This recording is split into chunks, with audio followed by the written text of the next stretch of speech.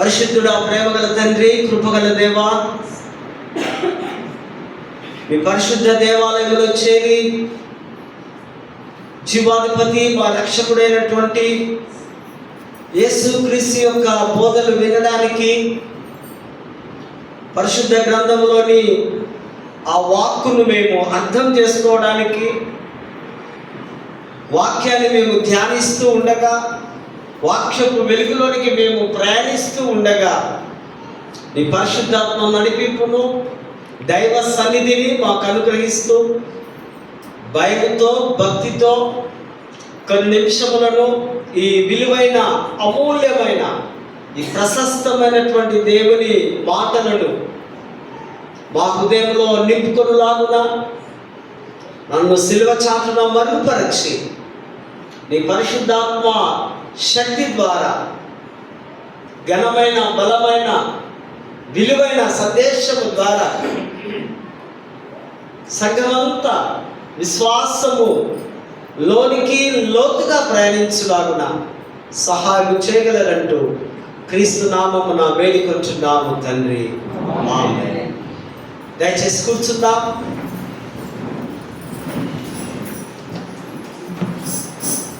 దేవుని పరిశుద్ధ నామానికి మహిమ కలుగును గాక. అదే రీతిగా ఈ మహాఘనత, ఈ గొప్ప భాగ్యం నాకు అనుగ్రహించినటువంటి అధ్యక్ష మండలపు పీఠాధిపతి గారైనటువంటి right reverend doctor professor Rogan Mark తండ్రి గారికి, అధ్యక్ష మండలపు వైస్ చైర్మన్ గారు reverend doctor B Winston Naik గారికి, అధ్యక్ష మండలపు DCC chairmans, officers and clergy, సంఘాలు, సంఘ నాయకులకు ప్రత్యేకముగా దేవుని పేరట వారికి శుభములు, దైవాశీస్సులు ప్రకటిస్తున్నాం. స్థానిక సంఘం, సంఘ నాయకులు,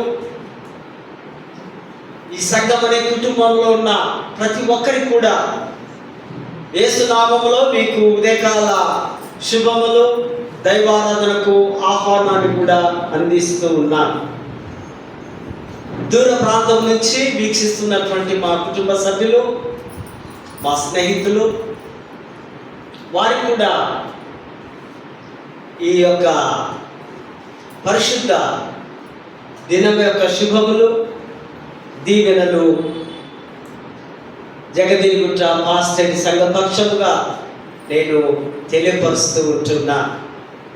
మహాదేవి కృప, మనం ఈ రీతిగా దేవుని కుటుంబంలో కలుసుకోవడం, దేవుడు మనకిచ్చిన ఈ ఆశను బట్టి, ఆరోగ్యాన్ని బట్టి దేవుడికి ఎంతగానో మనము కృతజ్ఞతలు తెలియపరుస్తూ వాదమై ఉన్నాం. క్రీస్తునందు ప్రేమైనటువంటి పరిశుద్ధ దేవుని కుటుంబమా, ఈ దినం very very very important thing. చాలా బాగా అనిపిస్తుంది. ఇందులో 3 మాటలు, విలువైన మాటలు ఇక్కడ మనం చూస్తాం. Revolution of gods in worship, ఆరాధనలో దేవుని ప్రత్యక్షత. ఆరాధన ఉంది, దేవుడు ఉన్నాడు, ప్రత్యక్షత ఉంది. వాక్యము బోధిస్తూ ఉండగా చాలా శ్రద్ధతో వినడం. ఇజ్రాయెల్ ప్రజలకు వారికి ఒక క్షమ అంటాం వినడం అంటే, వారి యొక్క విశ్వాస సూత్రం అది. ఇజ్రాయేలు వినుము, నీ దేవుడైన యెహోవాను నీవు ప్రేమిస్తూ పరిపూర్ణంగా, సంపూర్ణంగా ఆరాధించడం. ఏ విధంగా వినాలి? విధేయతతో వంగి నమస్కరించి వినడం. క్షమ, నీవు దేవుడవు, నేను ఒక సాధారణ వ్యక్తిని అంటూ సాష్టాంగపడుతూ వింటూ దేవుని ఆరాధించాలి. ఆరాధన అన్నది చాలా పెద్ద సబ్జెక్ట్. ఆరాధన మనము ఒక్కొక్కరము ఒక్కొక్క వ్యక్తిగతమైన ఆరాధన, కుటుంబ ఆరాధన, సంఘ ఆరాధన, ప్రపంచ దేశాలు కలిసి చేస్తున్న ఆరాధన, ఇవన్నీ కూడా దేవుడి సన్నిధానంలో చేరడం. వ్యక్తిగత ఆరాధన మనకు తెలుసు. యెషయా ప్రవక్త దేవాలయంలోనికి వెళ్ళి ఆరాధించడానికి ఆయన వెళ్తున్నప్పుడు ఆ మహిమ తేజస్సును ఆయన చూడలేక, అయ్యో ఈ పరిశుద్ధులు ఉన్నటువంటి ఆ దేవుడి యొక్క తేజస్సు, మహిమ, వెలుగు కనిపిస్తుంది, ఆయన వస్త్రపు ఆ రక్షణ వస్త్రాలు, మహిమ వస్త్రాలు చూడలేక, నేను అపవిత్రమైన పెదవులను కలవాడను, అపవిత్రమైన నాలుక, అపవిత్రమైన నోరు, అపవిత్రమైన మనిషిని అంటూ పశ్చాత్తాపడుతున్న సందర్భంలో ఆయన స్పాట్లోనే ఆయన అక్కడ రక్షణ పొందడానికి తన మనస్సును దేవుడికి ఇవ్వడం, తన పాప క్షమాపణ ఒప్పుకోవడం, నేను పాపిని, నేను సరైనటువంటి వాడను కాను, ఈ పరిశుద్ధ స్థలంలో యోగ్యుడను కాను అన్నప్పుడు ఒక దేవదూత ఒక అగ్ని లాంటిది తీసుకొని వచ్చి ఆ కాళ్ళతో ఆ పెదవులను కాల్చినట్టుగా మనం చూస్తాం. వెంటనే ఆయన పరిశుద్ధుడైపోయి, వెంటనే ఆయన సమర్పించుకొని ఈ సేవకు చేయడానికి నేను వెళ్తాను. వ్యక్తిగత ఆరాధనలో దేవుడు దిగి రావడం, దేవుడి యొక్క చూపు అక్కడికి ఆయన మీదికి రావడాన్ని ఇక్కడ మనం చూస్తాం. ఆదికాండము 18వ అధ్యాయంలో కూడా మనం చూస్తే అబ్రహాము ఒక ముగ్గురు మనుషులను చూస్తున్నాడు, కానీ ఆయన ఒక్కడే అని, ప్రభువా నీ కటాక్షము, నీ దయ నా మీద ఉంచు, ఇదిగో నేను ఇస్తున్నటువంటి ఆతిథ్యాన్ని స్వీకరించి రండి, లోనికి కాళ్ళు కడుక్కోనండి, సేదతీర్చుకోండి. త్రిత్వంలో ముగ్గురు ఉన్నారు, కానీ ముగ్గురులో ఒకే దేవుని ఆయన చూస్తూ ఆరాధిస్తున్నాడు. ఆయన వంగి నమస్కరించి అక్కడ చక్కగా రాబడింది. వ్యక్తిగత ఆరాధనలో, మనం చేసే ఆరాధనలో దేవుడికి ఇష్టమైన రీతిగా వెంటనే అక్కడ సంగతి అంతా మనకు తెలుసు. దేవుడు ఎంతగానో ఆయనను దీవించినట్టుగా మనము చూస్తూ ఉంటున్నాం. భగవంతుడు ఆయన ఆరాధకుడు, భక్తుడు ఆరాధించేవాడు. భక్తుడు ప్రతినిత్యము భగవంతుని స్తుతించి ఆరాధించి గణపరిచేదే ఈ యొక్క ఆరాధనలో. ఈ భక్తుడు మానవుడే కాదు, ఆరాధన అనగానే సృష్టి కూడా ఇన్వాల్వ్మెంట్ అవుతుంది. కీర్తనలు 19వ అధ్యాయము, కీర్తనలు 8వ అధ్యాయము, కీర్తనలు 25వ అధ్యాయంలో సృష్టి అంతా కూడా దేవుని పరిపూర్ణంగా ఆరాధిస్తూ ఉంది. దేవుడు మొదటిగా సృష్టిని తయారు చేస్తున్నాడు, తర్వాతనే మానవుడి తన స్వరూపంలో ఆయన నిర్మించుకొని ఉన్నాడు.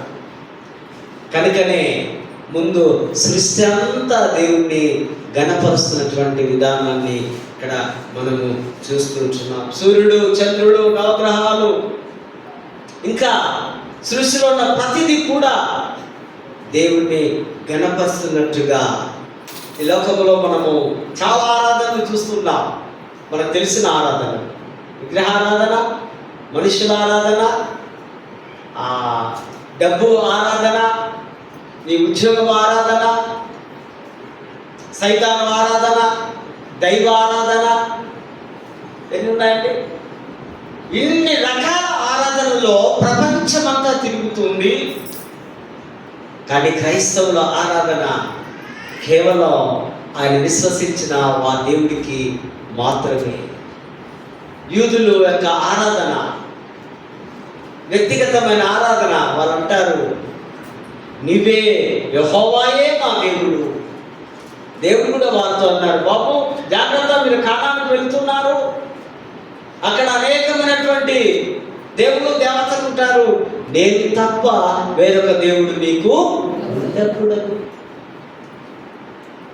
నిష్ఠ కలిగినటువంటి యూదుల ఆరాధన కనుక క్రైస్తవులు మన చూపు, మన గురి, మన ఆరాధన క్రీస్తుకు మాత్రమే అని మనము అర్థం చేసుకోవాలి. హీబ్రూ భాషలో షీరా అంటే పాటల ద్వారా, తండ్రి వాయిద్యముల ద్వారా, గంభీర స్వరముల ద్వారా, ఇప్పటిదాకా చక్కగా వర్షిప్ సాంగ్స్ పాటలు అవి ఇవి అన్ని వాయిద్యాలతో, ఆర్కెస్ట్రా, దేవుడికి ఇష్టమైన షీరా, వీటి ద్వారా దేవుని మహిమ పరచాలి. రెండవదిగా శాఖ. శాఖ అంటే సాగిల పడడం. అబ్రహాము ఆదికాండం 18వ అధ్యాయంలో మనం చూస్తాం. అబ్రహాము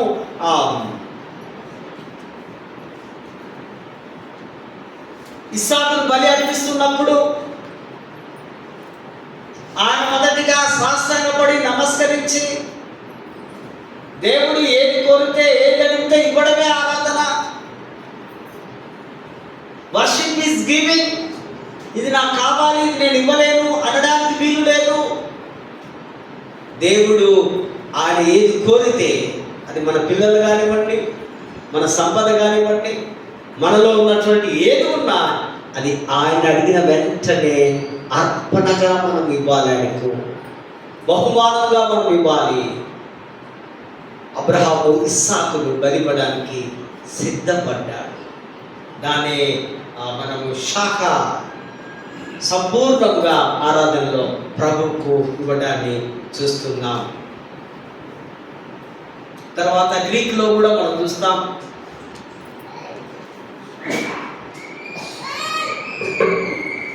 ప్రస్కోనియో అంటే పూజించడం, నమస్కరించడం, క్రిందికి వంగి సాగిలపడి సాష్టాంగపడి ఆ పాదములు పట్టుకొని దాని ప్రస్కినియో వస్తుంది. బాలయేసుకు జ్ఞానులు వెళ్ళి ఆరాధన చేస్తున్నారు. చిన్నోడు యేసు, ఏం తెలియదు ఆయనకు. కానీ వీళ్ళకి తెలిసింది ఈయననే రక్షకుడు, ఈయననే దేవుడు, కనుకనే మేము నిన్ను ఆరాధిస్తున్నాం. ఆరాధన మన హృదయాంతరంగంలో చింపొంగాలి. ఆరాధన అంటే దేవుని మనస్సులో మన మనస్సు లీనమైపోవడం. ఆరాధన అంటే దేవుడు సత్యదేవుడు కనుక మనం సత్య స్వరూపముగా నింపబడడం. ఆరాధన అంటే పరిశుద్ధత కలిగి జీవించాలి. ఆరాధన అంటే ప్రభువా నాకు ఏమీ వద్దు, నా సమస్తము నీదే అని దేవుని వ్యక్తిగతంగా కనపరచడం ఆరాధనని మనము చూస్తుంటున్నాం. ఆరాధన అంటే దేవుని ప్రేమకు మన హృదయాలు తెరవడం. మన మనస్సు, మన హృదయం దేవుడికి ఇవ్వాలి, మనుషులకు కాదు. పదిసార్లు మన బిడ్డలకు మన హృదయాల మనసుని ఇస్తాం. వారు అమ్మో మా మమ్మీ డాడీ వారు ఇవ్వడం, అది కాదు. మీరంతా మానవులు, మనుషులే. కానీ దేవుడు మాత్రం ఆయన ఒక్కడే యూనిక్, ఆయనే ప్రత్యేకం, ఆయనే ఒక ప్రత్యేకమైనటువంటి ఆత్మగా, వ్యక్తిగా, ఉనికి కలిగిన వాడుగా దేవుడు ఉన్నాడనే సత్యాన్ని మనము అర్థం చేసుకోవాల్సిన అవసరం ఉంది. ఆరాధనలో దేవునికి అందించే భక్తి వినయము, విధేయతను సూచిస్తుంది. ఈ భక్తిలో, ఈ ఆరాధనలో దేవుడికి నువ్వు ఇస్తున్న అర్పణలు, దేవుడి దగ్గరికి మనం అన్నీ తీసుకొని రావాలి. పాతకాలంలో ఆ దినాల్లో పాలు, పెరుగు, నెయ్యి, వెన్న, ధూపము కదా, మన పండిన పంటలు, ప్రతిదీ కూడా దేవుడి సన్నిధానం దగ్గరికి తీసుకొని వచ్చేవారు మన పాత పెద్ద మనుషులు, మన పంతులు మనకు అప్పుడు నేర్పించారు. గ్రామాల్లో మనం చూస్తాం. బలులు అర్పించడం, బలులు అనగా దేవుడు ఏది ఇస్తున్నాడో వాటిని తీసుకొని రావాలి. ఆరాధన, అడోరేషన్ అండ్ రెవరెన్స్, ఆరాధన మరియు గౌరవం. ఆయన గౌరవనీయుడు. ఆయనకు గౌరవము మర్యాదలు మనము మన ప్రవర్తనలో, మన జీవితంలో మనము అందించాలి. లోతైనటువంటి భక్తి, లోతైనటువంటి ఘనత, మహిమ, ప్రభావాలు దేవుడికి చెల్లించడమే ఆరాధన అని అడోరేషన్ అంటున్నాను. సబ్మిషన్ అండ్ ఒబీడియన్స్, సమర్పణ, విధేయత. ఆరాధన చేస్తున్నప్పుడు విధేయుడిగా ఉండాలి. నీవుగా దేవుడికి సమర్పించుకోవాలి. ప్రభువా, నాకు నేనుగా నీ పాదముల దగ్గరికి వచ్చి పడిపోతూ ఉంటాను. నన్ను నువ్వు చేర్చుకో. నువ్వు నాకు కావాలి, నీతో నేను ఉండాలి, నీతోనే నాకు అవసరం. ఇది సబ్మిషన్. మనముగా ప్రభువులోనికి మనము వెళ్ళిపోవాలి. మన లైఫ్ స్టైల్ అండ్ వర్షిప్, ఆరాధనలో మన జీవన శైలి, విశ్వాసులు తమ ఆలోచన, తమ ప్రవర్తన, తమ యొక్క జీవిత విధానం, భక్తి మార్గం ప్రభు ఎదుట కనపరుచుకోవాలి. ఆరాధనలో ఒక 3 భాగాలు. ప్రార్థన ఉంది, ప్రార్థనకు ప్రతిఫలం ఇస్తే కృతజ్ఞత ఉంది. కానీ ఆరాధనలో ఏమీ లేదు. ఆరాధన ఏ విధంగా చేయాలంటే, ప్రభువా నువ్వేమి ఇచ్చినా, ఏమి ఇవ్వకపోయినా, నాకు ఆయుష్ ఇచ్చినా ఇవ్వకపోయినా, నేను జీవితకాలం అంతా నిన్నే ఆరాధిస్తా. అంటే ఆయన ఇస్తే దానికి తిరిగి రిటర్న్ గిఫ్ట్ లాగా ఇచ్చేది కాదు ఆరాధన. ప్రార్థనకు నీవు దేవుడికి వ్యక్తిగతంగా మొదలుపెట్టినప్పుడు, నీ పిల్లలకు ఉద్యోగాలు, పిల్లలకు పెళ్ళిళ్ళలో జరిగిందనుకోండి, మన కృతజ్ఞత చెల్లిస్తాం. దేవా, ప్రభా, ఎంత గొప్ప దేవుడు. చెల్లుబాటు అయిపోయింది, ప్రార్థనకు జవాబు ఇచ్చాం. నీవు దానికి నీ అవసరతలకు ఇక్కడ స్థానం లేదు. దేవుడు వినడు. ఎగ్జాంపుల్ చెప్తున్నా. దానియేలు గ్రంథంలో ఒక అగ్నిగుండంలో ఒక యువకులు 3 ఉంటారు కదా, షద్రక్, మేషక్. వారి స్టేట్మెంట్, వారి మాటలు చదువుతూ ఉంటే ఆ చిన్న పిల్లలు 20 సంవత్సరాల లోపలి ఉన్నారు, యూదా బాలులు.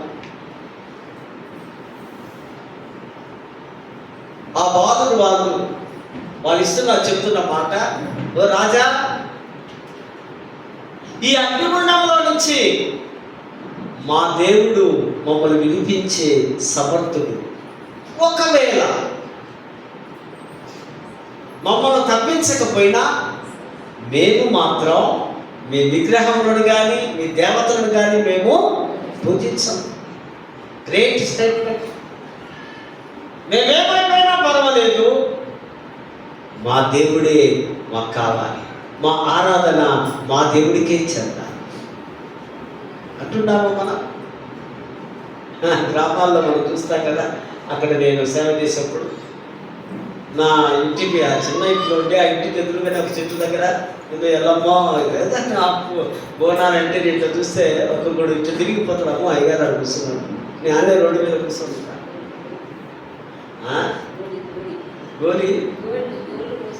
గోళ్ళు కోసుకోవడం మన వాళ్ళే కొద్దిమంది. అర్థం కావడం లేదు ఆరాధన. దేవుడు అర్థం కావాలంటే నువ్వు దేవుడి చేతిలో సింపుల్. నువ్వు ఆయన చేతిలో పడ్డావనుకో, అన్నీ నీకు అర్థాలు. దానికి చదువు అక్కర్లేదు, దానికేం సంస్కారం అక్కర్లేదు. కేవలం దేవుడు ఉంటే చాలు. చెప్పాలి, ప్రభువా నువ్వు నాకేం చేయకపోయినా పర్వాలేదు, నేను మాత్రం నిన్నే ఆరాధిస్తాను. ఆరాధన అంటే అర్థం అది. కనుక అది అర్థం చేసుకోవాలి. కొద్దిమంది గుడ్డి ఆరాధనలు చేస్తారు. సెలబ్రిటీస్ ఉంటారు కదా, స్పోర్ట్స్ అని, సినిమా వాళ్ళని, ఇంకా పొలిటికల్ లీడర్స్ అని. వాడెక్కడో బొంబాయిలో బర్త్డే అయితే, ఎక్కడో ఆ యాంకర్ బర్త్డే అయితే, ఇక్కడ ఉన్న పిల్లలు, పురుషులు, స్త్రీలు కేకులు కట్ చేసుకొని ఎంజాయ్ చేసుకుంటా హ్యాపీ బర్త్డే వాడికి చెప్తూ ఉంటారు. గుడ్డి ఆరాధన. ఇది అర్థం కాదు. ఆ వయసు అలాంటిది, ఆ లొకేషన్ లేదా సొసైటీలో అలాంటిది, కల్చర్ అలాంటిది. ఆరాధనలు దేవుడికి మాత్రమే చెందాలి. ఒకసారి చెప్పినట్లున్నా, మళ్ళీ చెప్తున్నా, 1996లో మైకేల్ జాక్సన్ అనేటువంటి ఒక గొప్ప సింగర్ అండ్ డ్యాన్సర్ బాంబేకి వచ్చినప్పుడు ఒక 20 సంవత్సరాల అమ్మాయి మరి ఎట్లనో దొరకబెట్టి స్టేజ్ దగ్గర పోయింది. ఎవరెవరు రిప్లై చేసిందో తెలియదు. సామాన్యమైన వ్యక్తి కాడు ఆయన. పోయి సెకండ్ ఇచ్చి సార్ అంటే ఆ సెకండ్ ఇవ్వగానే వాడు ఆ చేతి మీద ఆయన కిస్ చేస్తున్నాడట. ఇట్లనే పట్టుకొని వచ్చింది ఇంటికి. 1 వీక్ అవుతుంది, అమ్మాయి స్నానం చేయడం లేదు. వాళ్ళ తల్లిదండ్రి అని, వాళ్ళ తల్లి ఏంటంటే జనరల్గా అమ్మాయిలు మార్నింగ్ అండ్ ఈవినింగ్ ఫ్రెష్గా స్నానాలు చేస్తారు. ఇస్తే చెప్తుందట, మైకేల్ జాక్సన్ గారు నాకు ఇక్కడ కిస్ చేస్తున్నారు, మా ఫేవర్ పోతుంది, నేను ఇప్పుడే కాదు. ఇచ్చి ఆరాధన. వాడెవడో ఎక్కడో, ఈ పిల్ల ఎక్కడికో. చూడండి అభిమానం ఎలా, అభిమానం, ఆ ప్రేమ దేవుడి మీద ఉందా? ఆరాధన చేసుకోవాలి.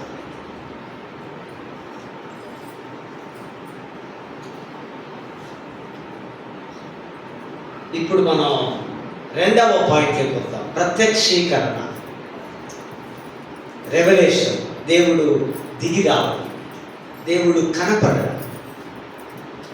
దేవుడు, లోకము, మనుషులు, ఈ 3 అంశాలు కలిపి, ఇవన్నీ కలిస్తేనే దేవుడి ప్రత్యక్షత జరుగుతుంది. దేవుడు ఉండాలి, లోకం ఉండాలి, లోకములో మానవుడు ఉండాలి. దీన్నే మనము రెవల్యూషన్ అని అంటున్నాం. దైవ ప్రత్యక్షతలో దేవునికి మానవునికి ఒక సంబంధం. ఏంటి ఆ సంబంధం? దేవుని పోలికలో నువ్వు అందంగా నిర్మించబడ్డా, సృష్టించబడ్డా. దేవుడే మనకు తండ్రి కనుక ఆ తండ్రి తన కుమారులకు ప్రత్యక్షపరచుకోవాలి. ఇవి 4 రకాలైనటువంటి ప్రత్యక్షతలు మనం చూద్దాం. నెంబర్ 1, సాధారణ ప్రత్యక్షత, జనరల్ రెవల్యూషన్. సాధారణమైనది అంటే ప్రకృతి ద్వారా, ప్రకృతిలో జరుగుతున్న కార్యముల ద్వారా. అనగా వర్షం వచ్చిందనుకోండి, ఎక్కడి నుంచి వస్తుంది వర్షం? ప్రకృతిలో నుంచి దేవుడు పంపించాలి. వర్షం రావాలి, నీరు రావాలి, భూమిలో ఆ నీరు దిగి పంటలు పండాలి, వచ్చే ఆహారంతో మానవుడు జీవించాలి. ఈ ప్రకృతిని బట్టి మనం అర్థం చేసుకోవాలి, దేవుని ప్రత్యక్షత ఉంది. ఇదిగో ఈ వర్షం ద్వారా దేవుని నేను చూస్తూ ఉన్నాను, ఈ ఎండ వేడి ద్వారా దేవుని నేను చూస్తూ ఉన్నాను, దేవుడు నాకు కనిపిస్తూ ఉన్నాడు. దేవుడి యొక్క ప్రత్యక్షత. రెండవదిగా ప్రత్యేకమైన ప్రత్యక్షత, స్పెషల్ రెవల్యూషన్. ప్రత్యేక స్థలాల్లో, ప్రత్యేక మనుషులకు ఆ దేవుడు ప్రత్యేకంగా కనపడడం. Best example Moses. దేవుడు స్వరం వింటున్నప్పుడు, దేవుడు కనిపిస్తున్నప్పుడు ఆయన ఏం చేస్తున్నాడు? ఆయన గొర్రెల కాపరిగా దేవుడు పిలుచుకోవడం, ఒక పని కొరకు దేవుడు ఏర్పరచుకోవడం. మోజెస్ వెళ్ళు, ఐగుప్తు దేశానికి వెళ్ళి ఫరో దగ్గరికి వెళ్ళి నా ప్రజలను, నా బిడ్డలను నీ విడిపించాలి, నీవు నా సేవకు రావాలి, నా సేవను ఇన్ని సంవత్సరం చేయాలని దేవుడు ప్రత్యేకించుకోవడం. దేవుడి సేవకుడు మమ్మల్ని ప్రత్యేకించుకున్నాడు కనుకనే మేము బోధించే వారముగా ఉన్నాం, మేము ప్రకటించే వారముగా ఉన్నాం, మేము ఆశీర్వదించే వారముగా ఉన్నాం. It is special revolution. దేవుడు ఒక ప్రత్యేకమైన ప్రత్యక్షత కనపరచడం.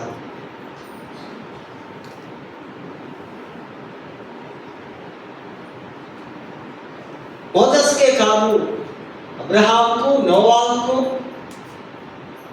అనేకులకు తన యొక్క ప్రత్యక్షత కనపడ్డట్టుగా మనము చూస్తుంది. ఇది వ్యక్తిగతమైనటువంటి ప్రత్యక్షత. యేసుక్రీస్తు కూడా ఆయన యొక్క ప్రత్యక్షత ఈ లోకంలోనికి దిగి వచ్చింది.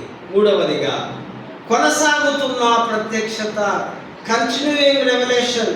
ఇది రెండు విధాలు. నెంబర్ 1, బైబిల్ ద్వారా, ప్రవక్తల ద్వారా, సేవకుల ద్వారా ఈ యొక్క ప్రత్యక్షత తరముల వెంబడి తరం,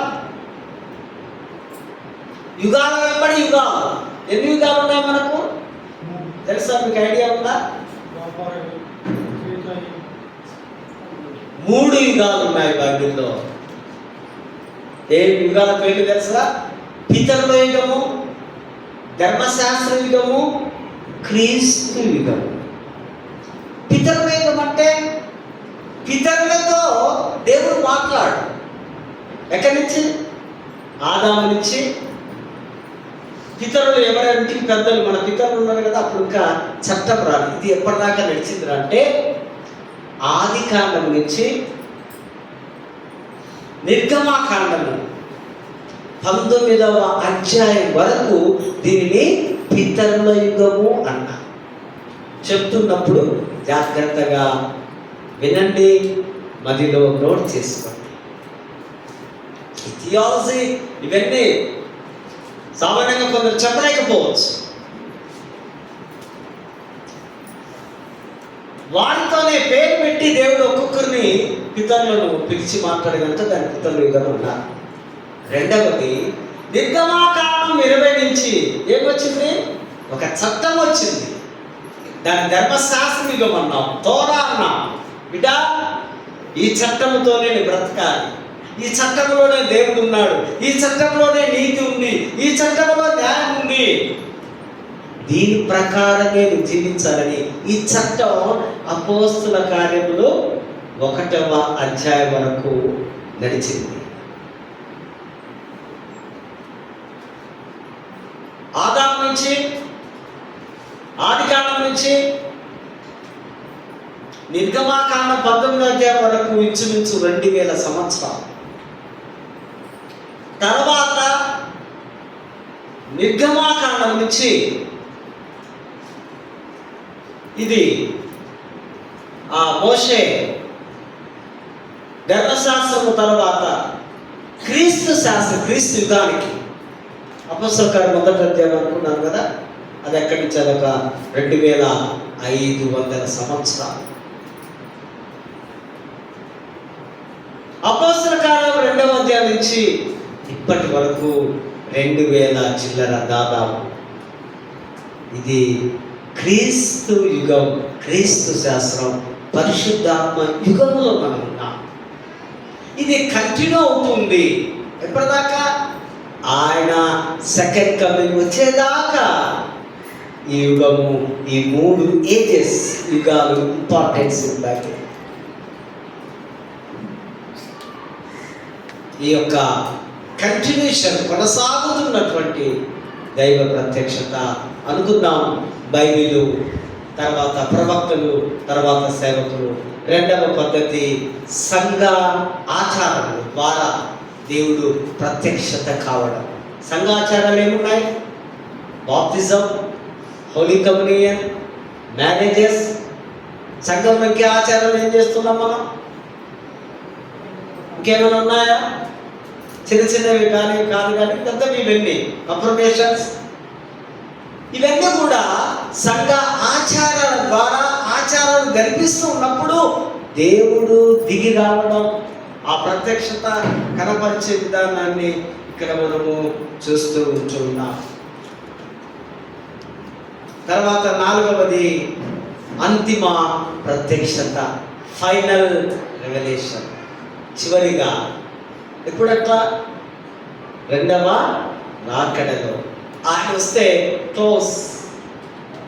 2వసారి వచ్చినప్పుడు ఇంకేం లేదు, మనమందరము ఎత్తబడతాం. క్రీస్తు తన మహిమతో తిరిగి రావడం. యేసు 2వ రాకడలో ఆయన ప్రత్యక్షత సంపూర్ణమవుతుంది. పరిపూర్ణమవుతుంది. పరిశుద్ధాత్మని సాక్ష్యం ద్వారా, విశ్వాసుల రక్షణ ద్వారా ప్రభు రాకడను మనము గుర్తించగలం. కొత్త నిబంధన గ్రంథంలో ఇది ఒక 2 minutes చెప్పి నేను ముందుకు సాగుతాను, టైం కూడా అవుతుంది. కాకపోతే ఇది పెద్ద సబ్జెక్ట్ కనుక ఎక్కువ టైం అవసరమే. ప్రకటన గ్రంథం లెసన్స్లోనికి వస్తున్నా. ప్రకటన గ్రంథం అనగానే మనకు ఏమనిపిస్తుంది? చాలా భయం కలుగుతుంది. ఎవరైనా చదివినారా ప్రకటన గ్రంథం?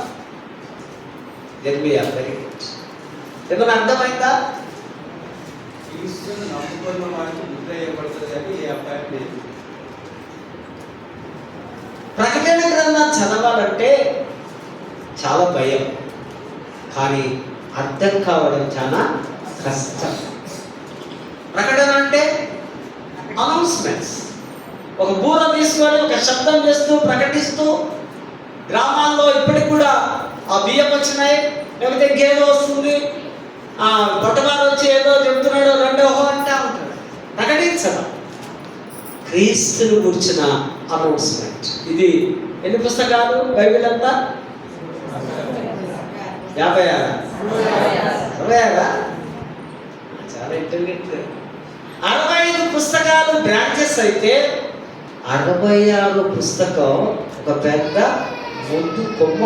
అది పిల్లర్స్ వాటి ఆ కారణం మీద 65 పుస్తకాలు బ్రాంచెస్ లాగా, కొమ్మల్లాగా విడిపోయి చచ్చినట్టుగా. ఇది చాలా ప్రాముఖ్యమైన గ్రంథం, దర్శన గ్రంథం, తెరవబడిన గ్రంథం, ముసుగు తొలగించే గ్రంథం. అపోకస్లిస్ అంటారు దీంట్లో. To open. ప్రభు చెబుతూ ఉంటే యోహాను రాస్తూ ఉన్నాడు. ఆ మహిమను చూడలేక చచ్చిన వాళ్ళగా నేను పడిపోయినాను అంటాడు ఆయన. అందుకే మొదటి అధ్యాయంలోనే ఈ యొక్క గ్రంథంలో ఉన్న మాటలను ఎవడైతే చదువుతాడో, ఎవడైతే వింటాడో, ఎవడైతే పాటిస్తాడో వాడు ధన్యుడు. చదువు రాదు, వినాలి, విని విశ్వసించాలి. ప్రకటన గ్రంథం 22 అధ్యాయాలు ఉన్నాయి కదా. క్షుణ్ణంగా ధనార్దన్ ఫటాఫట్ నేను చెప్పుకుంటూ పోతా. ఫస్ట్ చాప్టర్లో హీరో జీసస్ క్రైస్ట్, యేసు మాత్రమే. ఆ చాప్టర్ అంతా తర్వాత చదవండి. మన పనులన్నీ, ముచ్చట్లన్నీ, వేరే పనులన్నీ ప్రక్కన పెట్టి ఇంపార్టెన్స్ బైబిల్ ఉన్న వాటి చదివితే మనకు అంతో ఇంత అర్థము అవుతారు. ఫస్ట్ చాప్టర్లో ఎవరున్నారు? హీరో ఉన్నారు. Hero, who is hero? Jesus. తర్వాత 2-3 అధ్యాయంలోకి వస్తే ఈ హీరోకు ఒక సైన్యం ఉంది, అదే సంఘం, భూలోకంలో ఉన్న సంఘం. 2-3 అధ్యాయాల్లో ఈ హీరో ఈ యోహాను రాస్తాడు పత్రికలు కదా, 7 సంఘాలకు 7 పత్రికలు, అవునా? 7 దూత అంటే మాస్టర్. ఆ దీపస్తంభం పట్టుకొని చెప్తాదంతా, చాలా టైం పడుతుంది. అసలు ప్రకటన గ్రంథం మీద మనము స్పెషల్ ఫోకస్ పెట్టి 10 minutes ప్రతి ఆరాధన చెప్పుకోవడం కూడా మంచిదే, అర్థం కావాలి, అది అందరికి తెలుసున్నారు. తర్వాత 4-5 అధ్యాయాల్లో ఈ హీరో పరలోకములో జరిపించే పనులు, భూలోకంలో ఉన్న సంఘానికి పరలోకంలో ఆయన ఏమేమి చేయగలడు వీళ్ళు తీసుకొని పోయినప్పుడు ఆ చాప్టర్లో మనం చూస్తాం. తర్వాత 6-18 18 వరకు భూలోకంలో ఆయన చేసిన ఆ పనుల గురించి క్లియర్గా ఉంది. జరిపించే పనులు ఎంతో భయాన్ని కలిగిస్తాయి ఆ అధ్యాయాలన్నీ కూడా. తర్వాత 19 చాప్టర్లో ఆయన స్పెసిఫిక్గా ఆయన ఇచ్చే 2వ రాకడ గురించి అక్కడ క్లియర్గా హీరో ఏం చేస్తాడు, ఏ విధంగా వస్తున్నాడు అనేది మనకు అర్థమవుతుంది. తర్వాత 20-22 వరకు నిత్యత్వములో, మహిమ రాజ్యంలో ఏమి జరుగుతుంది అన్నది క్షుణ్ణంగా ఈ 22 అధ్యాయాల గురించి మనం తెలుసుకున్నాం. ప్రాముఖ్యంగా 2-3 అధ్యాయంలో అలంకారాలు ఉంటాయి. అలంకారాలు అంటే ఒకదానితో ఒకటి పోల్చి చెప్పడం. పోల్చి అంటే సొలొమోన్ గారు కోకిల్లాగా పాడతాడు అన్నాను అనుకో, ఆయన కోకిల అవుతాడా? కోకిల లాంటిది ఏముంది అక్కడ? స్వరం ఉంది. 100 6 6 100 నేను వస్తా. 100 6 కాదు, 6 100 అలంకారం. యూదులకు కూడా అలంకారాలు ఉన్నాయి. ఏంటి ఆ సంఖ్య? 7 12 కదా, 40. ఇవన్నీ అలంకారాలుగా వాడుతూ ఉంటారు. సో ఈ అధ్యాయంలో అలంకారాలు ఒకదానితో ఒకటి పోల్చి చెప్పడం. ఏదైనా సంఖ్య 54 టైమ్స్ ఇందులో రాబట్టేట్టుగా మనం చూస్తూ ఉంటున్నాం. 12 గోత్రాలు, 7 సంఘాలు. ఈ సంఘాలన్నీ కూడా ఒకప్పుడు ఉండేటివి. టర్కీ దేశంలో డెంజిల్ అనేటువంటి ఒక డిస్ట్రిక్ట్లో, డెంజిలి అనే డిస్ట్రిక్ట్లో నేటికి ఆనవాళ్ళు ఉన్నాయి. అక్కడ ఆ సంఘాలన్నీ కూడా మనం చూస్తూ ఉన్నాం. ఎఫ్ఎస్సి సంఘము, సుర్మా సంఘము, పెర్గము, థియాతైరా, సార్డిస్, ఫిలదెల్ఫియా, ఈ యొక్క లవొదికీయ. ఈ సంఘాలకంతా దీపస్తంభంలాగా ఒక మాస్టర్కు వారికి ప్రత్యేకంగా ప్రభు లెటర్స్ పంపించారు. ఒక్కొక్క సంఘానికి ఒకటి. ఇందులో ఒక 4 P ఇంగ్లీష్ అక్షరాల మాటలు చెప్తాయి. ఇవన్నీ కూడా ప్రాక్టికల్ అంటే ఆచరణలో వచ్చేది. ఆచరణలో ఉంచేదాన్ని ప్రాక్టికల్ వర్క్ చేస్తున్నావా, ప్రాక్టికల్గా మాట్లాడుతున్నాం అంటూ ఉంటాం కదా. ఆ విధంగా ఇది ప్రాక్టికల్. Number 1 P. నెంబర్ 2 ఇది ప్రాఫెసీ. ఇది ప్రవచన వాక్కులు. ఏ సంఘానికైతే చెప్తున్నాడో, ఇదిగో ఒక సంఘానికి అంటున్నారు కదా, నువ్వు వెచ్చగానైనా చల్లగానైనా ఉంటే పర్లేదు, కానీ నులివెచ్చలుగా ఉంటే నీ ముఖం మీద ఇస్తా. ప్రాఫెసీ ఇవన్నీ. మరి 3వదిగా పవర్ఫుల్. ఈ మాటలు శక్తివంతమైనవి. ఈ మామూలు మాటలు కావు, నువ్వు నేను మాట్లాడే మాటలు కావు. సాక్షాత్తు ప్రభువే రాసినాడు కనుక ఇది పవర్ఫుల్. తర్వాత చివరిదిగా పర్సనల్. ఎప్పుడో 2000 సంవత్సరాల కిందట ఉన్న సంఘాలకు ఆయన రాస్తే మనకేంటి? ఇది మనకు కూడా పర్సనల్గా, వ్యక్తిగతంగా ప్రభు మనకు రాస్తూ ఉంటున్నాడు. లెసన్స్లోకి వద్దాం. ప్రకటన గ్రంథం 14వ అధ్యాయం 1-7 వచనాల్లో మనం గమనిస్తే, సియోను పర్వతం పైన ఉన్న గొర్రెపిల్ల. గొర్రెపిల్ల అంటే ఇక్కడ ఎవరు? యేసు ప్రభు.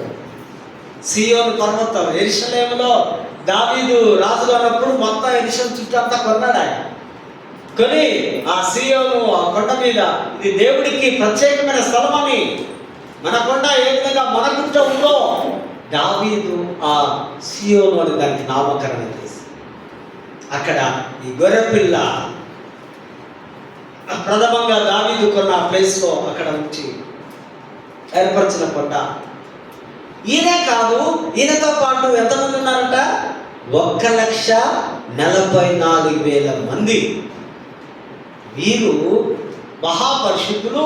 వీరు నొసటి మీద తండ్రి దేవుని పేరును యెహోవా పరిశుద్ధుడు యాహ్వే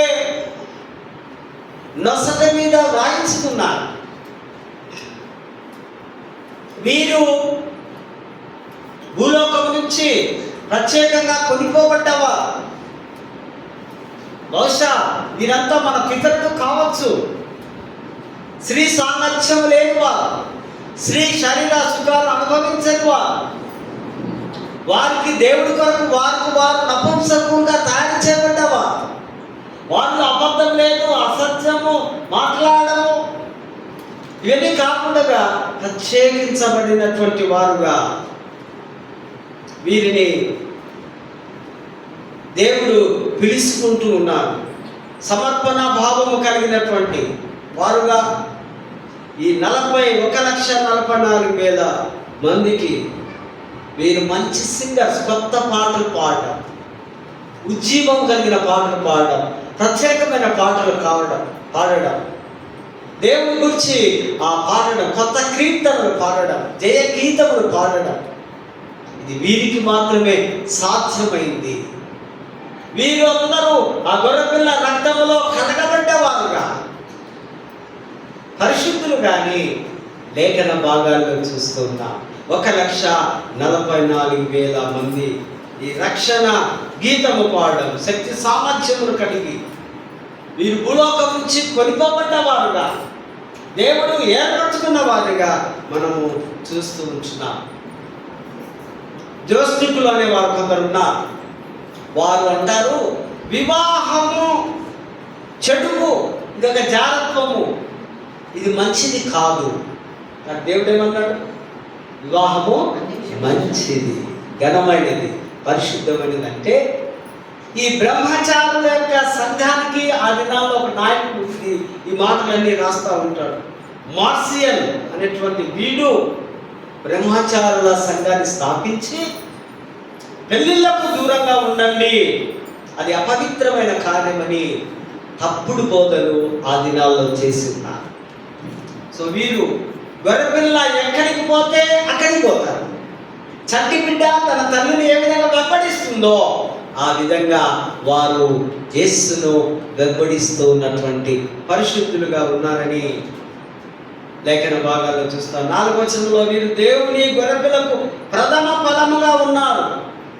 ప్రథమ ఫలాలు, మొట్టమొదటి ఫ్రూట్. దీన్ని గ్రీక్ భాషలో అంటున్నారు అపార్కే.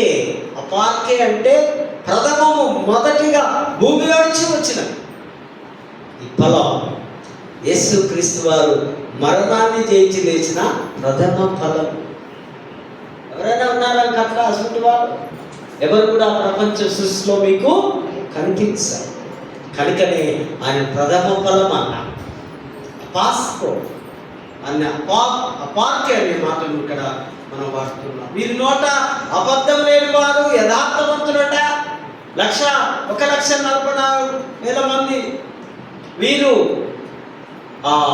చెడు లేదు, లేదా దాని ఏమంటాం, మరక మచ్చలేని వారు, అంత పరిశుద్ధంగా జీవించిన వారు దేవుని సన్నిధానంలో ఆ యొక్క సీయోను పర్వతం మీద వారు ఉన్నారు. 8వ వచనంలో దూత, 2వ దూత మాట్లాడుతుంది. మహాబబులోను, బబులోనుకు సూచనగా రోమా ఉంది.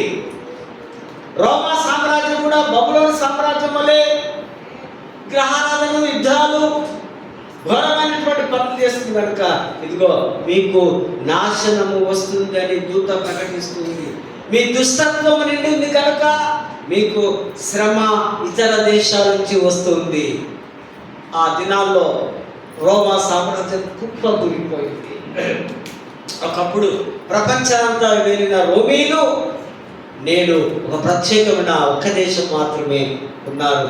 ప్రవచనాలు, దూత మాట నెరవేర్చబడుతుంది. కనుక మరి ఈ యొక్క దైవిక మాటల ప్రకటన గ్రంథంలో మనం చూస్తూ ఉంటున్నాం. మరి చదవబడినటువంటి ఫస్ట్ లెసన్స్లో రాజులు 8వ అధ్యాయం 22-30 వచనంలో కూడా మనం చూస్తే సొలొమోను మహారాజు దేవాలయం కట్టించి ఆయన అద్భుతమైన ప్రార్థన, ఆకాశం వైపు కనులెత్తి, దేవా ఆకాశం మీద కానీ భూమి క్రింద కానీ మరి ఎక్కడ కానీ నీ వంటి దేవుడు ఎవరు కూడా లేరు. నీవే పరిశుద్ధుడవు, నీవే దేవుడవు. నీ కను దృష్టి మా మీద, మా ప్రజల మీద నీ దృష్టిని ఉంచి మేము ఎప్పుడైతే విజ్ఞాపనలు ప్రార్థన చేస్తున్నామో అప్పుడు మేము ఏది కోరితే అది మాకు అనుగ్రహించండి అని తను తగ్గించుకొని దేవుని బలిపీఠం ఎదుట నిలబడి ఆకాశం వైపు చేతులెత్తి దేవుడు సొలొమోను ప్రార్థన చేస్తున్నట్టుగా ఈ రాజుల గ్రంథంలో మనం చూస్తాం. నిబంధన ఆరాధన, దేవునితో ఒక నిబంధన చేసుకుంటూ ఆయన ఆరాధిస్తున్నారు. ఇది పవిత్రమైన స్థలమని, పూజించడానికి యోగుడు మీరే కనుక ఈ దేవాలయం నుంచి మా పూజలు, మా యొక్క మహిమను మీరు అందుకోవాలి, మా ఆరాధనను అని రాస్తూ ఉంటున్నాడు. ఈ గొప్ప సాగిలపడి ఆరాధించడం ఇక్కడ మనము గమనిస్తున్నాం. గ్రీక్ భాషలో అబా అవా అనగా సేవించుట, పని చేయుట, ఆజ్ఞను గైకొనుట, ఆయనకు లోబడుట అవా అని పిలిచారు. మరొక మాట అదే హీబ్రూ భాషలో మనం చూస్తాం, హల్లెల్, స్తుతించడం, సమ్మతించడం, సేవించడం. 148వ కీర్తనలో కూడా యెహోవాను స్తుతించుడి, యెహోవా చేసిన గొప్ప కార్యము స్తుతించుడి అన్నటువంటి మాటలను అందులో మనము చూస్తూ ఉంటున్నాం. 27వ వచనంలో మందిరం అంతా దేవుని మహిమతో నింపబడి ఉంది.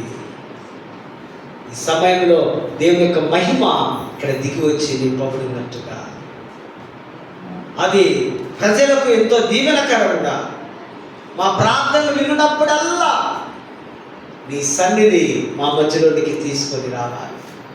నీ ప్రార్థనల ద్వారా, గొప్ప ప్రార్థన ఇది, జాతీయ ప్రార్థన, విజ్ఞాపన ప్రార్థన, ప్రపంచంలో యూనివర్సల్ ప్రేయర్ అంటాం. అందరి కొరకు సొలొమోను ప్రార్థన చేస్తూ ఉన్నాడు. మా ప్రజలను కాపాడండి, వారి మనవులను అంగీకరించండి, వారి పొరపాటున ఏదైనా తప్పులు పాపములు చేస్తే క్షమించండి, వారి పక్షంగా నేను ప్రార్థన చేస్తున్నాను. సొలొమోను రాజు ప్రార్థన దేవుడు వింటూ ఉంటున్నాడు. మాకు క్షామం కానీ, కరువు కానీ, ప్రకృతి వైపరీత్యాలు కానీ కాకుండా నీ చల్లని కాపుదల మాకు దయచేయంటూ మరి సొలొమోను ప్రార్థన చేస్తున్నట్టుగా మనం ఇక్కడ గమనిస్తూ ఉంటున్నాం. అదేవిధంగా చివరిగా విశ్రాంతి దినాన్ని భారత స్వార్థలు మనం చూస్తే యేసు ప్రభు సమాజ మందిరంలో ప్రత్యక్షమయ్యాడు కనుక ఊచె చేయి వాడికి ఏమొచ్చింది? స్వస్థత వచ్చింది. యేసు ఎక్కడ ఉంటే, యేసు ఎక్కడ కనిపిస్తే, యేసు ఎక్కడ నీవు దైవంగా ఆరాధిస్తూ ఉంటే అక్కడికి దేవుడు నీ మధ్యలోనికి దిగి వచ్చి నీకు కావలసింది అది ఇవ్వగలడు. సమాజ మందిరంలో కూర్చొని ఆయన స్వస్థతలు చేస్తుంటే అక్కడ ఒక 2 గ్రూపుల వారు ఉన్నారు. ఎవరు వాళ్ళు? పరిసయ్యులు ఒకరు, హేరోదీయులు ఒకరు. యేసు ప్రభు ఎక్కడ ఉంటే అక్కడ గ్రూప్ ఉంది, ఇల్లే కదా, సద్దూకయ్యులని, హేరోదీయులని, పరిసయ్యులని. ఎందుకంటే వీళ్ళు స్వచ్ఛమైనటువంటి యూదులు. యెహోవా తప్ప ఏ ఒక్కరి పేరు చెప్పినా ఒప్పుకోరు. ఆయనే ఏకైక దేవుడు. ఈయన ఎక్కడ? వీడొచ్చి విశ్రాంతి దినం అంటే మాకెంతో పరిశుద్ధ దినం, ఏ పని చేయకూడదని ధర్మశాస్త్రం ఉంది, ధర్మశాస్త్రమే మాకు ఇంపార్టెన్స్, మానవం కంటే ధర్మశాస్త్రం మాకు భిన్న, మాకు మత అభిమానాలు ఎక్కువ. కానీ యేసు ప్రభుకు మానవ నైతిక జీవితాలు ఇష్టమైన ఆ ఊచె చేయగారితో దేవుడు తన యొక్క ప్రత్యక్షతను తనకు తానేంటో నిరూపించుకోవడానికి ప్రభువు వారిని స్వస్థతపరిచినట్టుగా ఇక్కడ మనం దేవుని గ్రంథంలో మనం చూస్తూ ఉంటున్నాం. విశ్రాంతి దినమందు స్వస్థత పరకుడు న్యాయమా, అధర్మమా, ఇది పాపమా, తప్ప? మానవునికి నైతిక జీవితాలు ఇంపార్టెన్స్, ధర్మశాస్త్రం కాదు ఇక్కడ మ్యాటర్ అంటూ వారితో వాదిస్తున్నారు. అప్పటి నుంచే స్టార్ట్ అయింది ఆయనకు సిలువ. అప్పటి నుంచే వారు మనసులో అనుకుంటున్నారు, ఈయన దినాలు దగ్గర పడ్డాయి, ఈయనను చంపాలని ఆలోచన చేస్తున్నారు. పరిసయ్యులకు మతం అనేది ఆచారాలతో కూడినది, కానీ క్రీస్తుకు మతం అన్నది సేవాభారంతో కూడినది. మతం అంటేనే వారికి ఇష్టం, మతానుసారంగా వారు బ్రతకడానికి. క్రీస్తుకు మతం కాదు ఇంపార్టెన్స్.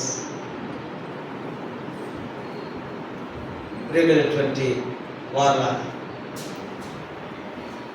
దేవుడి ప్రత్యక్షత మనకు కావాలంటే మన హృదయం నిండా ప్రభు మనకు ఉండాలి. దేవుడి ప్రత్యక్షతను నేను సైతం పొందుకుంటాను, నాకు కావాలి నా ప్రభు అని ఎప్పుడైతే మీరు ప్రార్థిస్తారో అప్పుడు దేవుడు తప్పనిసరిగా తన సిలువ యొద్దకు పిలుస్తున్నాడు. సిలువ లేనిది మనకు కిరీటం లేదు, సిలువ లేనిది మనకు జీవితం లేదు. క్రీస్తులో సిలువలో యేసు మన కొరకు తన అమూల్యమైన ప్రాణాన్ని పెట్టాడు కనుక సిలువ చెంతకు వద్దాం, సిలువలో ఉన్న యేసును ఆరాధిద్దాం, సిలువ కొరకే జీవిద్దాం. అటువంటి ఒక కృప, పరిశుద్ధాత్మ నడిపింపు, దైవాశీస్సులు దేవుడు మనకు అనుగ్రహించుగాక. ఆమేన్. పరిశుద్ధుడా, ప్రేమగల తండ్రి, నీకు వందనాలు. కొన్ని నిమిషాలు దేవుని యొక్క వాక్కును మేము హృదయంలో భద్రపరచుకోవడానికి సహాయం చేస్తూ చేరవచ్చిన ప్రియులను దీవించండి. క్రీస్తు నామమున వేడుకొంచున్నాము.